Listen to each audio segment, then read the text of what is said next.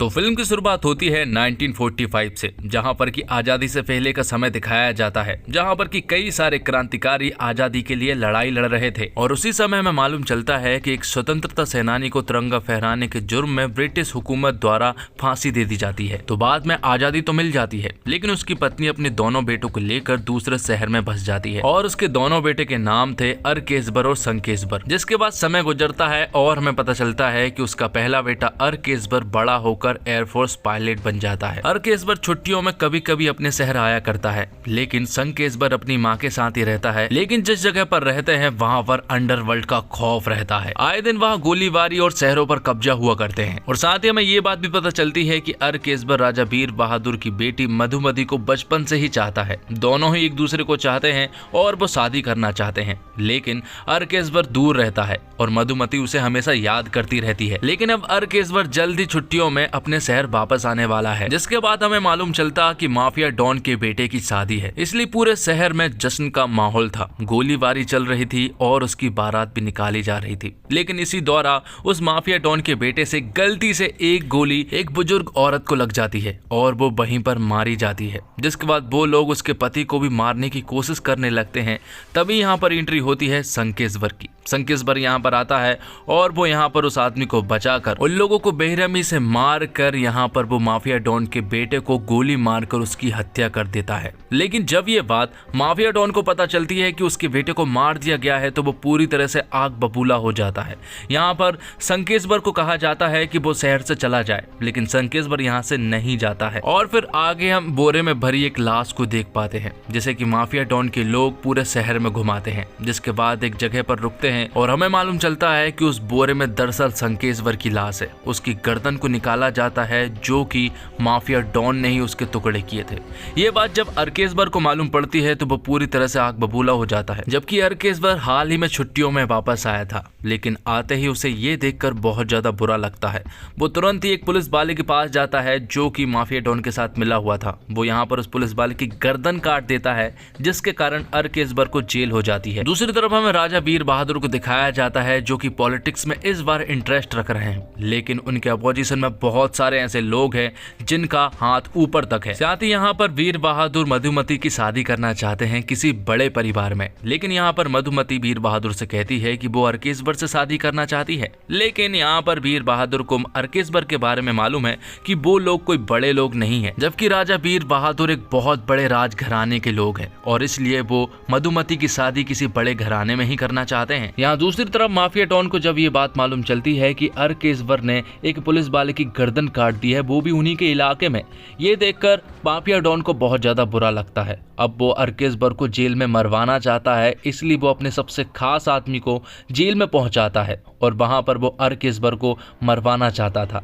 लेकिन यहाँ पर अरकेशबर माफिया डॉन के सबसे खास आदमी को बेरहमी से मारकर भिजा देता है। थोड़ी दिन के बाद अरकेशबर की बेल हो जाती है और बेल होने के बाद अब अरकेशबर के पास एक अपनी खुद की गैंग थी। दरअसल जेल में उन लोगों से मुलाकात की, जिसके बाद उन्होंने एक गैंग बनाई और अब वो माफिया डॉन के लोगों को सबक सिखाने के लिए बिल्कुल तैयार थे। दोनों के बीच में कई बार लड़ाई होती है और यहाँ पर अरकेशबर माफिया डॉन के लोगों को कई बार बेरहमी से मारता है। कुछ दिन बाद अरकेशबर की गैंग प्लान बनाती है और वो माफिया डॉन को मार देती है, जिसके बाद वो इस शहर पर कब्जा करने लगते हैं और अब इस शहर पर उन्हीं का राज था। यहाँ दूसरी तरफ मधुमती वीर बहादुर से कहती है कि उसे अरकेशबर से शादी करनी है, लेकिन यहाँ पर वीर बहादुर अरकेशबर के पूरी तरह से खिलाफ थे। पर मधुमती अपने पिता की बिना मर्जी के अरकेशबर से शादी कर लेती है और ये देखने के बाद तो वीर बहादुर ने अपनी बेटी से सारे संबंध तोड़ लिए थे। अब ये न्यूज जैसे ही अंडरवर्ल्ड में फैलती है कि माफिया डॉन को मार दिया गया है, तो सारे के सारे डॉन एक्टिव हो जाते हैं, जो कि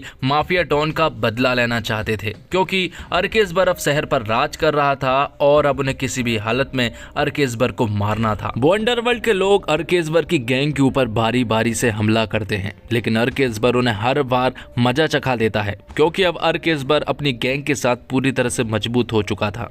उसके पास वो सारे हथियार थे जो कि एक डॉन के पास होने चाहिए। अरकेशबर अब पुलिस वालों से भी नहीं डरता है। एक बार एक डीएसपी उसे अरेस्ट करने के लिए आता है, लेकिन बीच बाजार में ही उस डीएसपी को बहुत ही बेरहमी से मार दिया जाता है। तो इस तरह से अर्केस्बर ने अंडरवर्ल्ड के कई सारे डॉनों को साफ किया और उधर भी अपना कब्जा कर लिया। कुछ दिनों के बाद मधुमती को अपने पिता वीर बहादुर की याद आने लगती है और वो चाहती है कि एक बार वो अपने पिता से मिले, क्योंकि उसके 2 बच्चे हो चुके थे। इसलिए मधुमती उन्हें अपने नाना से मिलाना चाहती थी। इसलिए वो अर्केस्बर से परमिशन लेती है और वहां पर जाने लगती है। अर्केस्बर ने उसे एक बार रोका भी था कि वो ना जाए, लेकिन मधुमती अपने पिता के पास जाना चाहती थी। तब मधुमती वीर बहादुर के पास पहुंच जाती है, जहां पर कि वो बताती है कि उसके 2 बेटे हो चुके हैं।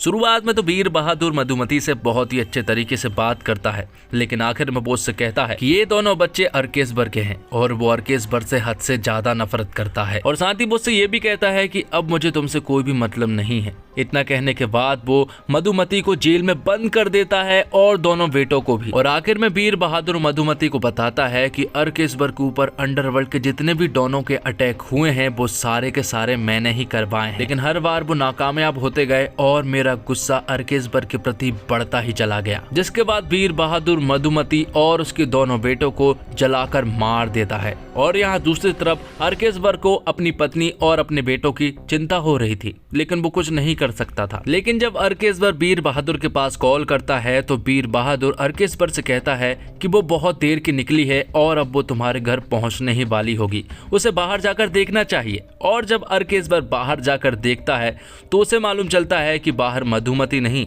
बल्कि पुलिस फोर्स है, जो कि बहुत ज्यादा तादाद में थी। तो पुलिस वाले के साथ यहाँ पर एक बहुत बड़ी फोर्स थी, सभी के हाथों में बंदूक और हथियार थे। वो यहाँ पर अर्केस्बर की पूरी बिल्डिंग को और उसे भी उड़ाने के लिए आए थे। लेकिन तभी यहाँ पर एंट्री होती है एक ऐसे विलन की, जो कि यहाँ पर अर्केस्बर और पुलिस वालों की फोर्स के बीच आकर खड़ा हो जाता है। और ये देखकर अर्केस्बर और पुलिस वाले भी पूरी तरह से डर जाते हैं, जो कि यहाँ पर पुलिस वालों की पूरी फोर्स और अर्केस्बर को मारने के लिए यहाँ पर आया था। वो अपने सारी की सारी तोप इनके ऊपर घुमा देता है और एक बहुत ही खतरनाक गैंग वॉर होता है और फिल्म यहीं पर खत्म कर दी जाती है और आगे की कहानी कब्जा 2 के लिए छोड़ दी जाती है। तो दोस्तों, सबसे पहले बात करते हैं फिल्म के डायरेक्टर की। फिल्म को डायरेक्ट R.K. चंद्रू ने किया है और उनका डायरेक्शन बिल्कुल भी अच्छा नहीं है। फिल्म का स्क्रीन प्ले ऐसा है कि फिल्म आपको फर्स्ट हाफ में बिल्कुल भी समझ नहीं आएगी। फिल्म का सेकंड हाफ थोड़ा समझ आ जाए, क्योंकि फिल्म में सिर्फ और सिर्फ एक्शन सीक्वेंस चल रहे हैं, कुछ भी नहीं है। फिल्म की सिनेमेटोग्राफी भी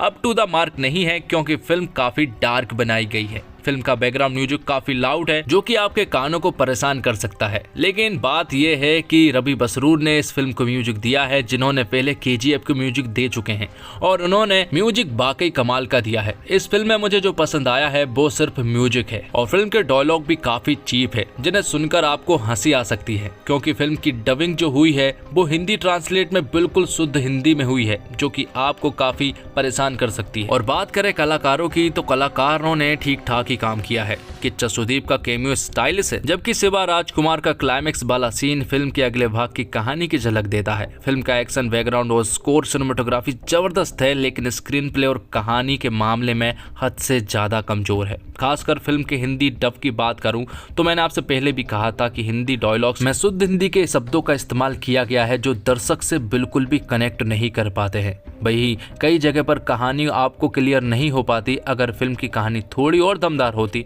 तो शायद KGF की 1% याद दिला देती, लेकिन अभी तो ये 1% भी नहीं है। तो अगर आपको विशाल सेट और लाउड एक्शन वाली फिल्में पसंद है, इस फिल्म को सिनेमा घर में जाकर देख सकते हैं और एंजॉय कर सकते हैं। लेकिन मैं यकीन दिलाता हूं कि आपको ये फिल्म बिल्कुल भी पसंद नहीं आने वाली है, इसलिए इस एक्सप्लेनेशन को ही देखें और इस फिल्म को एंजॉय करें। तो दोस्तों, इसी के साथ ये एक्सप्लेनेशन वीडियो यहीं पर खत्म होता है। वीडियो अच्छी लगी हो तो वीडियो को लाइक जरूर कीजिएगा और इसी तरह की वीडियोस पाने के लिए आप हमारे इस चैनल को सब्सक्राइब भी कीजिएगा, ताकि आपको इसी तरह के लेटेस्ट और फ्रेश कंटेंट मिलते रहे। धन्यवाद। जय हिंद, जय भारत, जय श्री राम। मिलते हैं एक और नए वीडियो।